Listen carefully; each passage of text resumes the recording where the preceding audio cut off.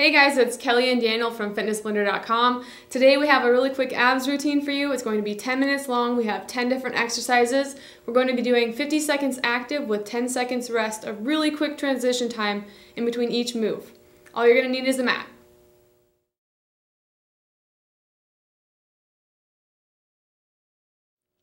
Our first exercise is going to be the Flutterkick crunch. Now remember, we're going to be doing this for 50 seconds on and 10 seconds of rest, and you only have that 10 seconds to move on to that next exercise. We're only going through one round each. So let's go ahead and get started with that Flutterkick crunch in 5, 4, 3, 2, 1, and start it up. Just kicking those feet back and forth. When you get that leg over top your body, you're going to crunch up towards that foot, out past that leg, as tight as you can, get a nice tight squeeze on those abdominal muscles, pulling that belly button down towards your spine. Now the main thing is you want to keep those lungs open, just nice, slow, controlled motions. You're not really kicking those legs back and forth really fast. You want a nice, slow swing back and forth. That leg that drops down towards the ground, you want to make sure it's hovering off the ground. And every single time you crunch up, you want to make sure you keep that lower back pressed down to the mat and you're trying to get as much range of motion as you can.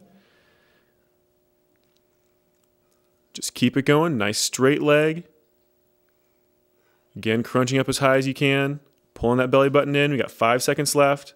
3, 2, 1, and let it relax. We're going to move on to the reclined rows. So sitting up on that tailbone, leaning back as far as is comfortable, using those legs for balance, and start it up. Using those muscles and those arms against each other, so that bicep and tricep, that chest and that rhomboid are working against themselves the entire time. So you want to push forward at the same time as pulling back. Keep those abs nice and tight. You want to make sure that back is perfectly straight. Don't let that lower back round. Remember, the further you lean back, the harder this is going to be.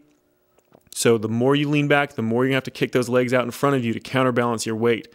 Now, depending on how strong those abs are, you might actually be able to get back further than those abs can control or those legs can control as far as counterbalance. So you might need to even put a weight in between those feet. Just keep it going a little bit longer. 5, 4, 3, 2, 1, and let it relax. I got a 10-second break. We're moving on to a 3-pulse toe touch crunch next. So back down flat on your back. Those legs are going to go straight up above those hips. And start it up. Crunch up towards those toes. 3 pulses. And then go ahead and let it relax back down. But don't let those abs completely release. You're just dropping those shoulder blades back down. That pulse at the top of that range of motion, you want to be as high as you possibly can. You want to really try to reach those toes. Again, pulling that belly button back towards your spine. Constantly trying to contract those abdominal muscles in. If you let those abdominal muscles just go wherever they want to, they're going to contract out. And they're actually going to force those abdominal muscles to always be distended. So whenever you're doing an abdominal exercise, you always want to focus on pulling that belly button in towards your spine, sucking that stomach in to train those muscles to go flat rather than push out. Almost done. In 5, 4, 3, 2, 1. And go ahead and let it relax. We've got a full 10-second break here. We're going to be moving on to double leg drops next. So those legs are going to come straight up above those hips.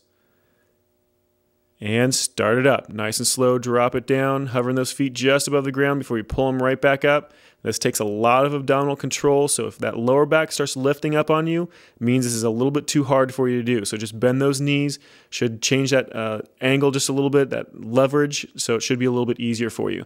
Otherwise, you can let those feet completely touch the ground, bend them fully extended with that thigh above that hip, extend them straight up, and then drop from there. So doing a bent motion at the bottom. Otherwise, the hardest version is what Kelly's doing right now, which is a completely straight leg, dropping them straight down, then pulling them right back up.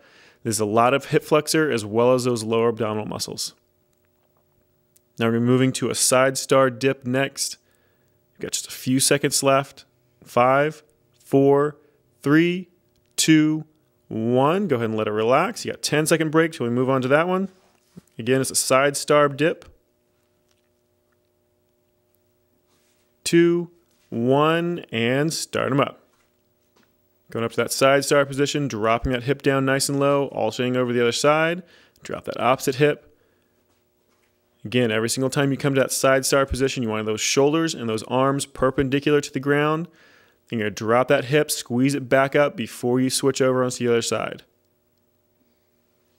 Nice slow motion, alternating back and forth. Again, keep those abdominal muscles nice and tight the entire time. Try to get as much range of motion out of that oblique as you can as you drop that hip down. That lower back and those abdominal muscles should be tensed for support. Just keep it going a little bit longer. We've got figure 4 leg lifts next. 5, 4, 3, 2, 1, and let it relax. Go ahead and move back onto that back for those figure 4 leg raises. 3, 2, 1, and start them up. So one leg crosses over top of the other. So you're making a figure 4 on those legs. Then one leg drops down. You're going to drop as low as you can to the ground, but hover it. Don't let it completely touch before you pull it right back up again. Just keep alternating back and forth at the top, just switching which leg is on top. Again, those abs need to be nice and tight. Pulling that belly button in towards your spine. Again, trying to press that lower back flat against that mat the entire time. Just keep those lungs open, breathing normally. Just make sure you're not holding that breath.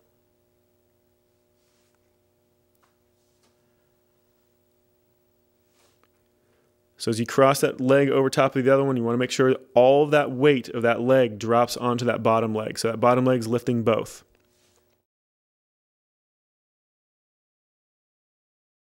And go ahead and let it relax. Got 10 seconds rest until we move on to those heel taps. 3, 2, 1, and start them up. So crunching up, moving left to right, getting a good oblique crunch as well as an abdominal crunch in there. So you want to focus on moving those shoulders left to right more than crunching your shoulder forward and across. So a little bit of a crunch as well as a rotation through that oblique, trying to roll those shoulders off down to one side. So reaching that left hand to that left foot, that right hand to that right foot. Just keep that motion going. Again, keep those lungs open, belly button pulled down to that spine. You've got plank dips coming up next. In 5, 4, 3, 2, 1, and let it relax. Got your 10 seconds rest. We're going to flip it over onto that stomach for those plank dips. So on those elbows and toes. 2, 1, and begin. Just dropping those hips left to right. Try not to let those hips kick up too high when you come back into the center. Dropping off left to right, nice, low, full range of motion. Trying to keep those shoulders parallel to the ground. Just rocking those hips back and forth. So you're getting a good torso twist as well as an oblique and abdominal work on this one. This isn't a huge range of motion, but try to get as full a range of motion as you possibly can. Again, try not to kick those hips up too high in the back every single time you come to the center.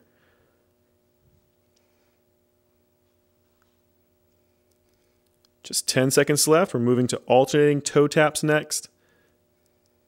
5, 4, 3, 2, 1, and let it relax. Got 10 seconds of rest before those toe taps, so go ahead and flip back over onto your back. And we're doing these from a tabletop position, so that knee's going to be right above that hip. And start them up. Switching those feet back and forth, again, alternating one leg at a time. Nice, slow, controlled motion. That knee stays locked at a 90-degree angle. Just alternating back and forth. Keep those abdominal muscles pulled in, that lower back pressed against that mat. Keep those lungs open. If you want to do that Pilates breathing with this one, it's going to be exhale that leg down, inhale it back up, exhale down, inhale back up. Again, just keep alternating back and forth. Keep those abs nice and tight, sucking that belly button in, keeping those lungs open. We have just one more exercise to go. Got about 10 seconds left of this one before we switch. Now really focus on not letting that knee come in too close. 3, 2, 1, and let it relax as your last rest break. Like I said, we're moving on to Pilates hundreds next. So staying in that same position, back flat against that mat, and begin. Crunch those shoulders up just a little bit. Kelly's doing one of the harder versions here with those legs extended out straight. Nice full range of motion. Now she just switched to a slightly easier version with that knee bent at a 90-degree angle, so that tabletop position. If you want an even easier position from this, you can actually let those feet touch down to the ground. Just keep that motion going. The further you drop those feet out from this position with those legs straight, the harder it's going to get. You want a nice full range of motion with that arm from that knee to that hip, and pumping those hands in time with your breathing. So breathing in 5 times, filling those lungs up, then exhaling 5 times until those lungs are empty. Just keep it going. Nice controlled motion, nice rigid arm. Sucking that belly button in. Almost done. 5, 4, 3, 2, 1, and let it relax. Good job. This ab workout is complete.